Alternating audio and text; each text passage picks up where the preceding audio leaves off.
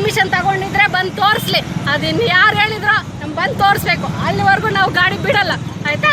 ಅದೇನೇ ಆಗ್ಲಿ ನಾವು ಜೈಲ್ಗಾದ್ರೂ ಹೋಗ್ತೀವಿ, ನ್ಯಾಯ ಬೇಕು. ಈಗೆಲ್ಲ ಗೊತ್ತಾಗ್ತಾ ಇದೆ, ಯಾರೋ ಪ್ಲಾನ್ ಮಾಡಿ ಹಿಂಗ್ ಮಾಡ್ತಾ ಇದಾರೆ. ಅವ್ರು ಬರೋರ್ಗು ನಾವು ಬಿಡಲ್ಲ. ನಾವು SP ಸಾಹೇಬ್ರ ಹತ್ರ ಹೋಗ್ತೀವಿ, ಲೋಕಾಯುಕ್ತ ಎಲ್ಲಾದ್ರೂ ಹೋಗ್ತೀವಿ. ಇವಾಗ ಎಲ್ಲ ಫೋಟೋಸ್ ಇಟ್ಕೊಂಡಿದೀವಿ, ಹೋಗ್ತೀವಿ.